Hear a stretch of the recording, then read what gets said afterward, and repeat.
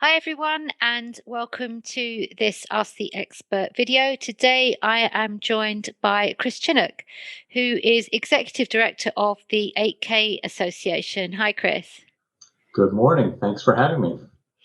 Chris is going to tell us about the 8K ecosystem, a topic I think quite a lot of us are pretty excited about.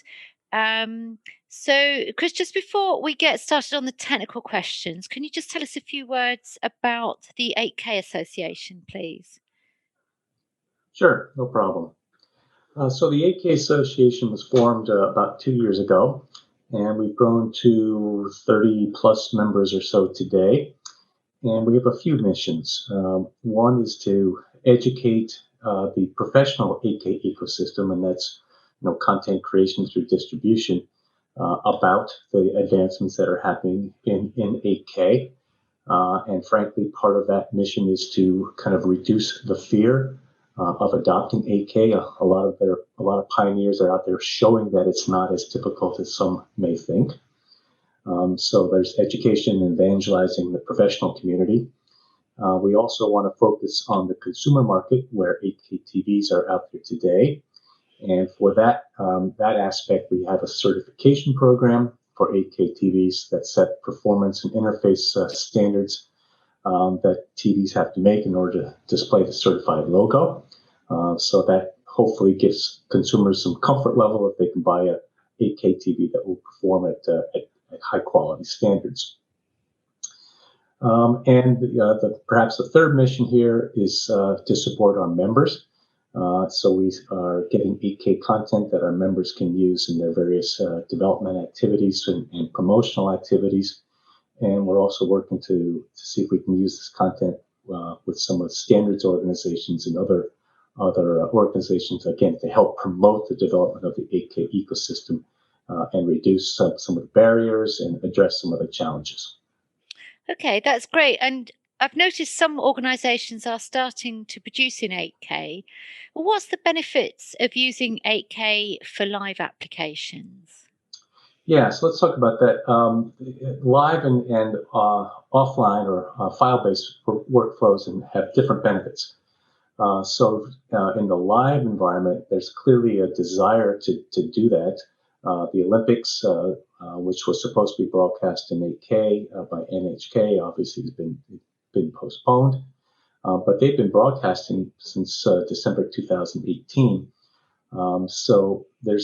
They clearly want to move to this next generation technology, and remember, it's the advantage of 8K is not just more pixels. Almost all the 8K content is also high dynamic range as well. So you're getting a lot more picture quality than just resolution.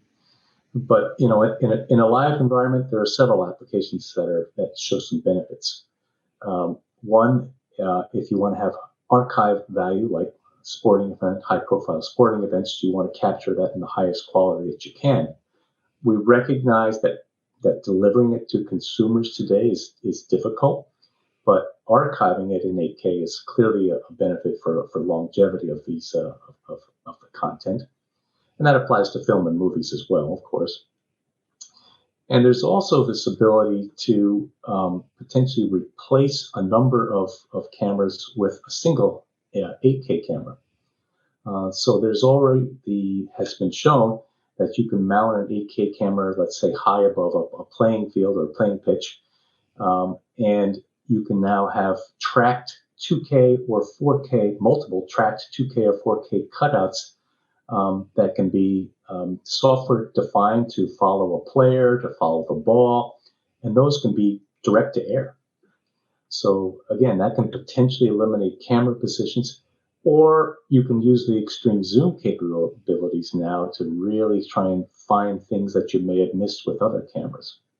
And would you say the advantages are the same as well for offline production? That's a little different. If you're going to finish it in 8K and distribute it in 8K, then it's all this higher quality that you get from those benefits of more resolution, high dynamic range, and wide color gamut, etc. If you're planning to finish in, let's say, 4K, then you've got this ability to kind of you've got a bigger canvas that you can crop from. So you can move it around, you can pan and scan. You've got more flexibility to create it. And it's clearly been shown that if you capture at higher resolutions and then finish at lower resolutions, you get a much better image than you do if you capture, let's say, native 4K and finish it native 4K. And plus the archive value, of course. Mm. And if I'm a broadcaster or a content provider, how am I going to get my 8K programs to the audience? Well, that is a challenge. There's no doubt. So it's, what is it, 6, 7, 8 years into the 4K transition here, and we still don't have a lot of broadcast 4K. So it will take time to get broadcast to 8K. But the environment today is also quite different than it was even 2 or 3 years ago. We're seeing a lot more activity to move content to the cloud. So cloud-based processing is happening much more rapidly than people thought, cloud-based distribution.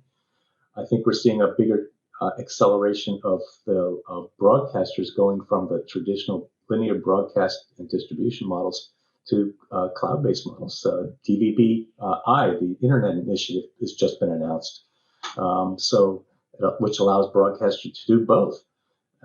So I think all these things are going to accelerate the transition to IP-based delivery, and that's a perfect fit for 8K.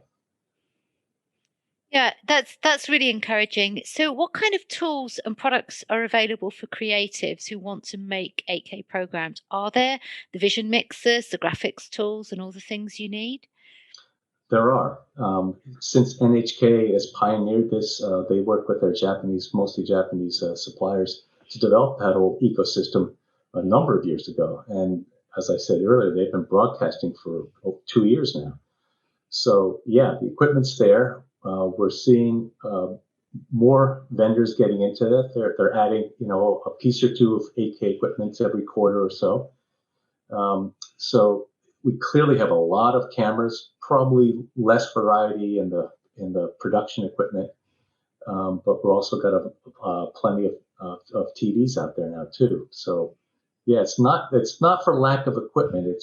I think it's more business models, and we need some codec development as well. Oh, that's really interesting. So, if anybody wants to find out more, they can contact you through the website of the 8K Association. Yes, akassociation.com. Great. That is fantastic. Thanks very much, Chris. That was really interesting. And we do appreciate your time. Thank you very much. Thank you.